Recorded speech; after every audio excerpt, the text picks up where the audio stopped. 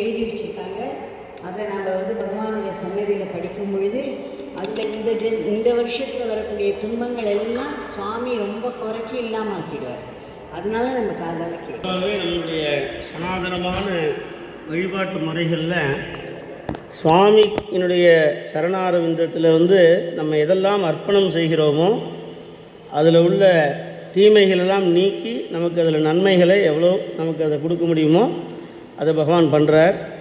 அதுதான் பகவானுடைய சரித்திரத்திலே கூட ஒரு இது சொல்லுவாள்.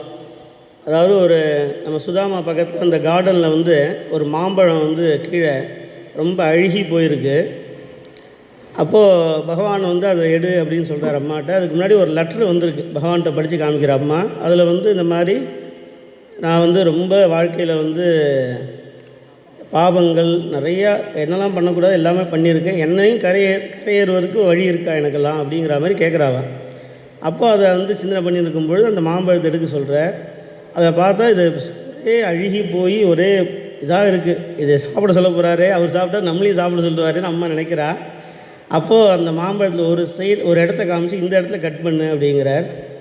அதை கட் பண்ணி கொடுத்த உடனே அதை வாயில் எடுத்துட்டா அவ்வளோ ஒரு ருச்சியாக அவ்வளோ ஒரு டேஸ்ட்டாக இருந்துதான் அது.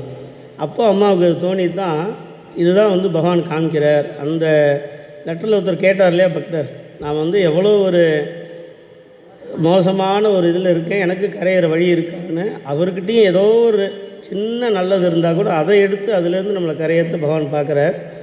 அதனால் நம்ம ஒவ்வொரு பூஜை அபிஷேகத்தை பால் அபிஷேகம் பண்ணுறோம், பஞ்சாமிர்த அபிஷேகம் பண்ணுறோம், சுவாமிக்கு அன்னங்கள்லாம் நைவேத்தியம் பண்ணுறோம்.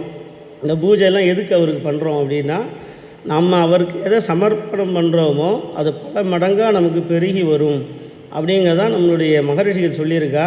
அதனால தான் நம்மளுடைய ராஜாக்கள்லாம் அந்த காலத்தில் பிரம்மாண்டமாக அரண்மனை மாதிரி பகவானுக்கு கோவிலை கட்டியிருக்கா. அவர்களுக்கு கூட அவங்க அப்படி ஒரு அரண்மனை கட்டினாடா தெரியல, ஆனால் சுவாமிக்கு அப்படி ஒரு அரண்மனை மாதிரி கோவில் கட்டுறா. வைரம் வைடூரியங்கள் எல்லாம் சுவாமிக்கு ரத்னங்களால் அபிஷேகம் பண்ணுறா. ஏன் இதெல்லாம் சுவாமிக்கு சமர்ப்பணம் பண்ணுறோம், நம்ம அவர்கிட்ட எது சமர்ப்பணம் பண்ணுறோமோ அது நமக்கு பல மடங்காக கொடுப்பார் அவர்.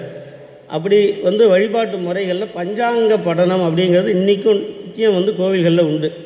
கோவில் சுவாமிகிட்ட இன்றைக்கி என்ன திதி என்ன நட்சத்திரம் அப்படிங்கிறதெல்லாம் சமர்ப்பணம் பண்ணுவாள். அதில் நம்ம டெய்லியுமே பஞ்சாங்க படனம் அப்படிங்கிறது நமக்கு வழக்கத்தில் இருந்திருக்கு, இன்றைக்கி விட்டு போயிடுது. அதனால் இன்றைக்கி நம்ம பகவான் சந்நிதியில் இந்த வருஷத்தினுடைய பலனை என்னங்கிறத நம்ம பகவான் சந்நிதியில் பிரார்த்தனை பண்ணிப்போம். அதில் உள்ள நன்மை தீமைகளை பகவான் இது பண்ணி எல்லோருக்கும் எல்லா மங்களத்தையும் கொடுக்கணும் பிரார்த்தனை பண்ணிக்கிறோம்.